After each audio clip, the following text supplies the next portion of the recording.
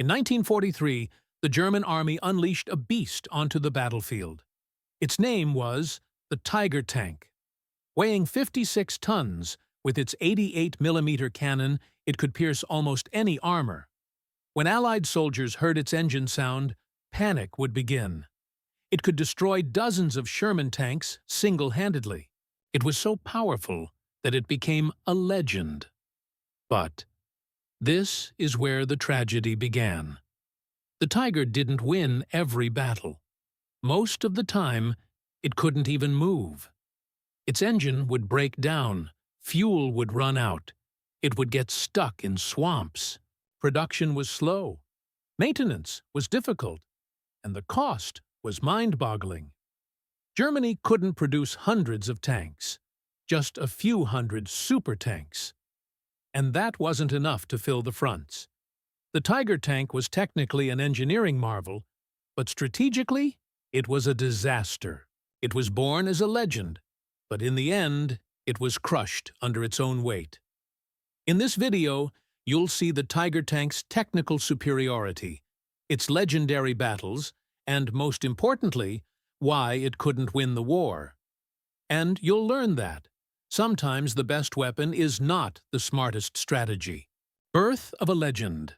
June 1941, when Operation Barbarossa began, the German army crossed the Soviet border. The Wehrmacht was equipped with Panzer III and Panzer IV tanks, the best in Europe until then. But on Soviet soil, they encountered a shock: the T-34 tank. This Soviet tank was faster than German panzers, better armored, and thanks to its sloped armor design, it could deflect shells from German cannons. German tank crews were in panic. Reports reached Berlin. The T-34 is surpassing everything we have. Our shells are ineffective. We need a new tank. Hitler ordered the engineers, build the world's most powerful tank. So powerful that nothing can stop it. At the beginning of 1942, German design teams started working. Project name VK-4501, the tank that would later be known as Tiger I. The goal was simple: create a beast that would crush Soviet tanks, take no damage from any Allied weapon, and dominate the battlefield. And the engineers succeeded, but at a very heavy cost. The Tiger I entered production in August 1942. Its specifications were weight, 56 tons. It was the heaviest tank of the period. Armor, front armor 100 millimeters, side armor 80 millimeters. Allied tanks' standard cannons couldn't penetrate the Tiger. Weapon: this weapon could pierce any Allied tank from 1,000 meters. Speed: maximum 38 kilometers per hour. Slow due to its weight, but possessed terrible power. Range: approximately 100 kilometers. Fuel consumption was massive: 300 liters of gasoline per hour. Crew: 5 people. Commander, driver, gunner, loader, radio operator. The Tiger was a legend on the battlefield. It was first used near Leningrad in September 1942. The Soviets were in shock. Their shells bounced off the Tiger's armor, but the Tiger's cannons destroyed Soviet tanks in one shot. The crew's morale was sky high. With these tanks, we'll win the war. But the reality was much more complex. The Tiger was an engineering marvel, but that was also a curse, because every Tiger was like handmade. It was too complex for standard mass production. Parts were manufactured with precise tolerances. Assembly took time. Quality control was difficult. Result: an average of 25 Tigers were produced per month. For comparison, Soviets produced 1,200, 1,500 T-34s per month. America produced 1,500 M4 Shermans per month. Germany, 25 Tigers per month. The math was simple. Germany was fighting with tanks that had superior individual performance, but was being overwhelmed in numbers. War wasn't a one-on-one fight. It was a mass production race, and Germany was losing this race. Hitler wanted more Tigers, but the factories were insufficient. Raw materials were scarce. Skilled workers couldn't be found. Even in 1944, only 1,347 Tiger Is were produced throughout the entire war. This was less than the number of T-34s the Soviets produced in 1 month. The Tiger's weight created problems not just on the battlefield, but in logistics, too. The 56-ton tank couldn't cross most bridges. It didn't fit in normal railway cars. Special trains were needed. It required a massive logistical operation to transport. Worse, because the Tiger's wide track system didn't fit on railways, narrow tracks were installed for transport. At the destination, the crew would unload the tank and change the tracks.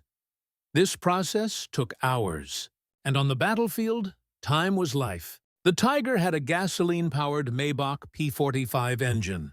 It produced 700 horsepower, but fuel consumption was terrible, 300 liters per hour. A 100-kilometer operation required 300 liters of fuel. This was as much fuel as several Sherman tanks consumed. From 1943 onward, Germany was in an oil crisis. Romanian oil fields had gone to the Soviets. Synthetic fuel production had been bombed. Tigers were stopping not on the battlefield, but due to lack of fuel. Crews had to abandon their tanks and blow them up, so they wouldn't fall into enemy hands. Battle of Kursk, Tiger's first major test. July 1943, Battle of Kursk. History's largest tank battle. Hitler planned a summer offensive to compensate for losses on the Eastern Front. Operation Citadel. The plan was to encircle the Kursk salient and break through Soviet lines, and Tigers were to play a key role in this operation. July 5th, the attack began. Tigers advanced. Their cannons were destroying Soviet T-34s. A Tiger commander, Michael Wittmann, reported destroying 30 enemy tanks at Kursk. Soviet crews were retreating in panic when they saw Tigers, but there were problems. Tigers were slow. The Soviets were maneuvering with fast T-34s, attacking Tigers from the sides. Several Tigers were disabled by side shots from T-34s. Worse, Tigers suffered mechanical breakdowns. Dust, mud, extreme heat, engine failure, transmission failure, track breakage. 30% of Tigers were lost, not in combat, but due to mechanical failures. When crews couldn't repair their tanks, they abandoned and blew them up. Result: Kursk was a disaster for Germany. Tigers were individually superior, but overwhelmed in numbers. The Soviets lost 5,000 tanks, but replaced them quickly. Germany lost 500 tanks, but couldn't replace them. After the battle, the Soviets went on the offensive, and the retreat began. June 13, 1944, a week after D-Day landing, Allied forces were advancing in Normandy. The British 7th Armored Division was passing through Villers-Bocage, a small town in France. A long convoy, tanks, trucks, infantry units, and at the side of the road, among the trees, a single Tiger tank was waiting. The commander of this tank was Michael Wittmann. He was a legendary tank commander who had destroyed 88 tanks and 132 guns on the Eastern Front.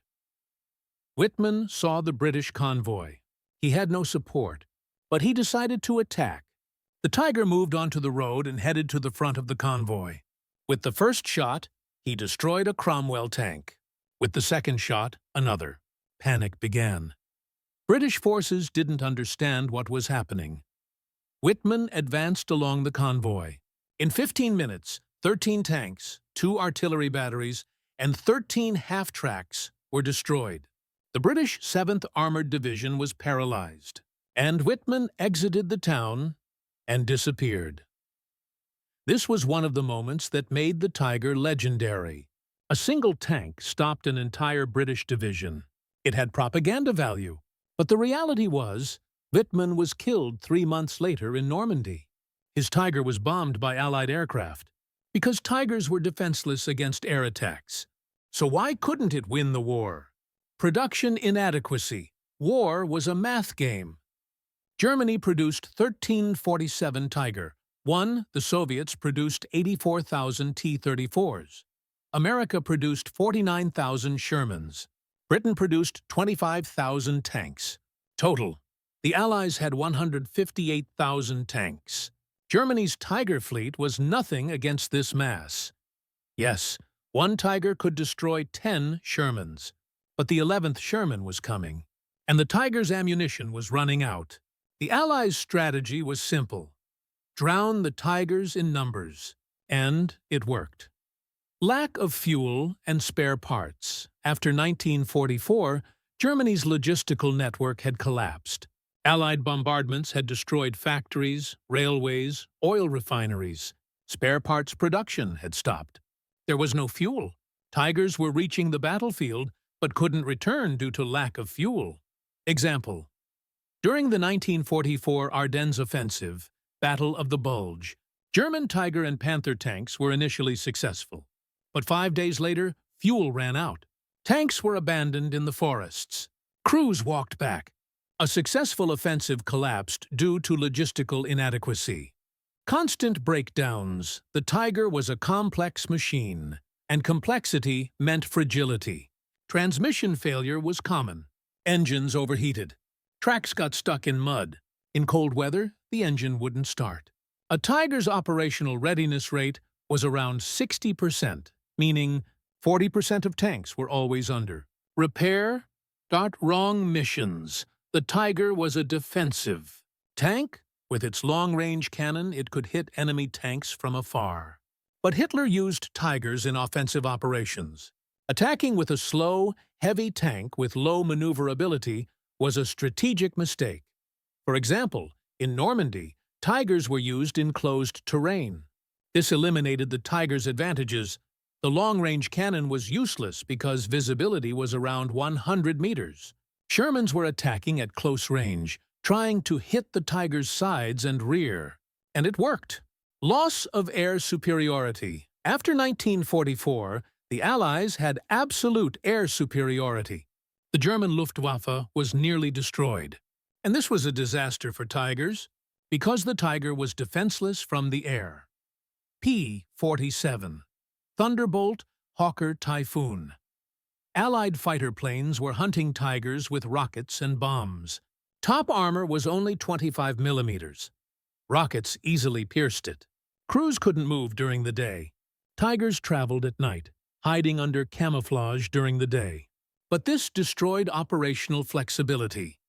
Michael Wittmann was killed in September 1944 in Normandy while fighting in his Tiger by a Hawker Typhoon rocket. The legendary commander was destroyed by an attack from the sky. Tiger I was successful, but not enough. Hitler wanted more. Bigger, stronger, more deadly. In early 1944, the Tiger II entered production.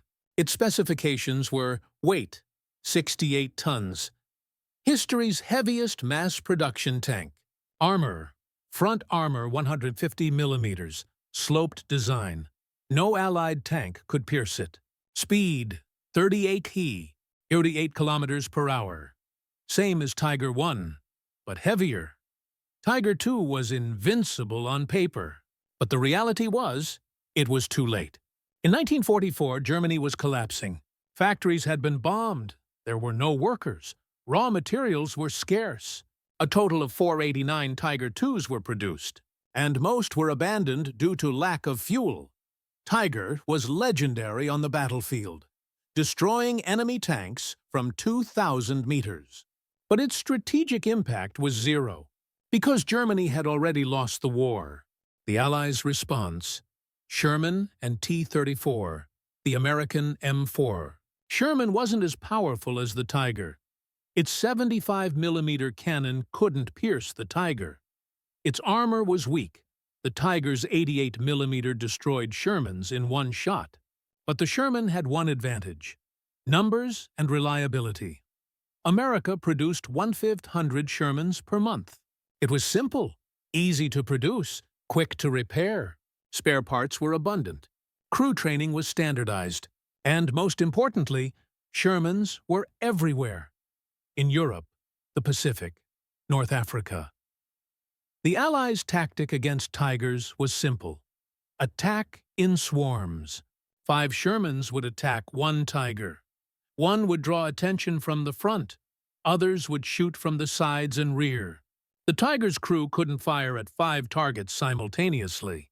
Eventually, several shots would hit the Tiger's side or rear, and the Tiger would die. The Soviet T-34 was weaker than the Tiger but faster, more reliable and much cheaper. The Soviets produced T-34s like a factory. Workers assembled tanks with simple instructions. Quality control was minimal. But this didn't matter, because losses were quickly replaced. The T-34's 76mm cannon couldn't pierce the Tiger from the front, but it could hit the side from 500 meters. Soviet tactic was to encircle Tigers and destroy them with side shots. And it often worked. Living in a Tiger. Serving in a Tiger was both prestigious and terrifying. The crew controlled a 56-ton beast, but at the same time, they were constantly a target. The enemy prioritized Tigers, because the Tiger was the most dangerous. A Tiger crew consisted of 5 people. Commander made tactical decisions, identified targets. Driver controlled the tank, maneuvered. Gunner fired the cannon, locked onto targets. Loader loaded 20-kilogram shells, physically exhausting. Radio operator provided communication, operated the machine gun. Inside the tank was very hot. The 700-horsepower engine produced heat. In winter, cold penetrated. The noise was terrible.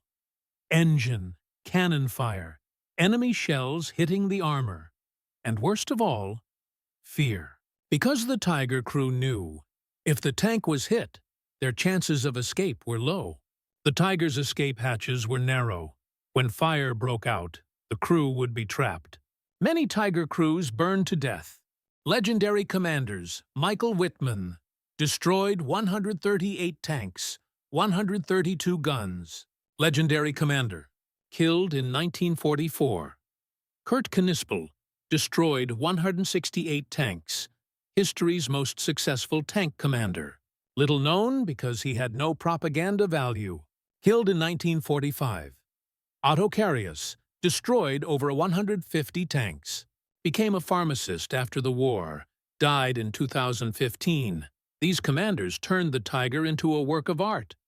But even they couldn't change the course of the war, because individual heroism couldn't overcome strategic reality. The war's final years.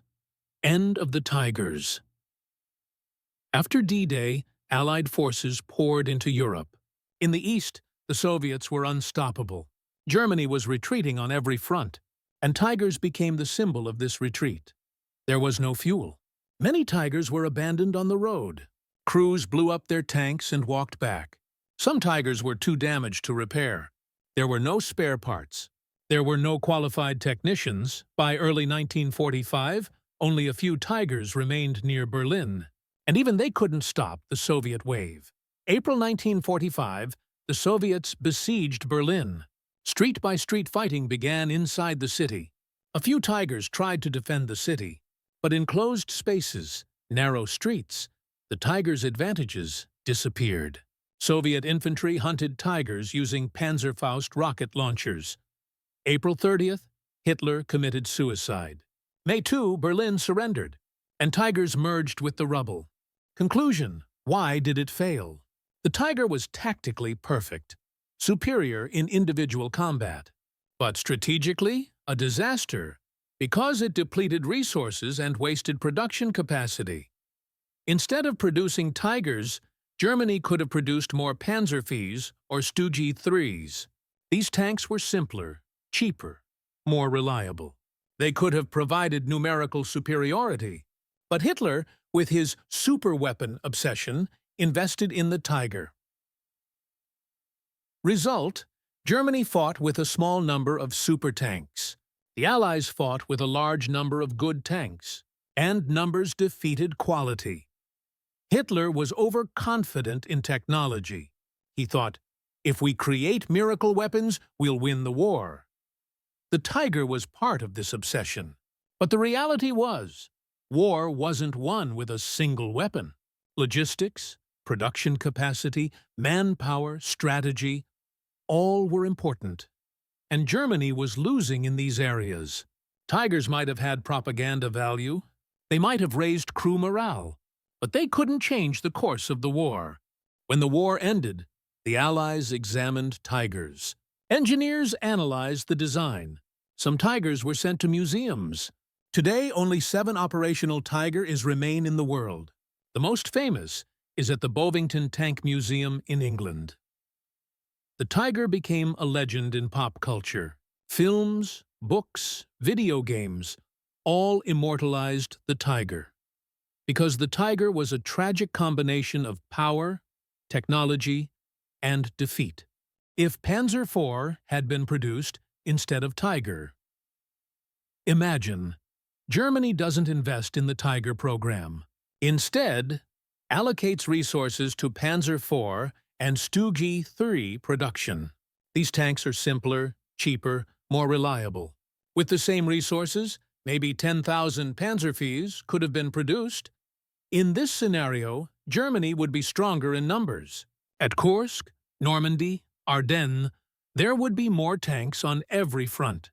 Maybe the Soviet offensive would slow down. Maybe the Allies' advance would stop. Maybe the war would last longer, but they still wouldn't win. Because America and the Soviets were crushing with industrial capacity. Even if Germany increased tank numbers, the shortage of fuel, materials, manpower would continue. Maybe they'd gain a few months, but the result would be the same. Defeat. If Tiger had been used correctly, imagine, Germany uses Tigers only in defensive operations, in open terrain, hitting enemy tanks with long-range fire, focusing on defense, not offense. In this scenario, Tigers would be more effective. Losses would decrease, mechanical failures would decrease. Maybe the Soviet advance on the Eastern Front would slow down. Maybe in Normandy, the Allies would suffer heavier losses. But still, the result wouldn't change. Because 347 Tigers were nothing against 158,000 Allied tanks. Strategy couldn't overcome numbers. Tiger crew memoirs. We were gods. Then we became human. After the war, Tiger crews started talking. Some memories were, a commander recalled, "When I first got into a Tiger, I felt invincible. The 88mm cannon was destroying everything. The armor was stopping everything. But then, we learned the truth. Fuel ran out, repair parts were gone, and we had to blow up the Tiger on the roadside. That day, I realized we weren't gods." A loader recalled, "Loading 20-kilogram shells was hell. I loaded hundreds of times a day. My arms ached. My back was breaking. But worst was the fear, because we knew, if the Tiger is hit, we can't escape. The escape hatch is narrow. If fire breaks out, we're trapped. I lost many friends that way." A driver recalled, "Driving a Tiger was like controlling a beast. Turning the steering wheel required strength. Shifting gears was difficult. But the hardest wasn't fear. It was fatigue. I drove for hours without brakes. Because, if we stopped, we were targets." A gunner recalled, "When I first hit a Sherman, I was joyful. But then I thought about the people inside.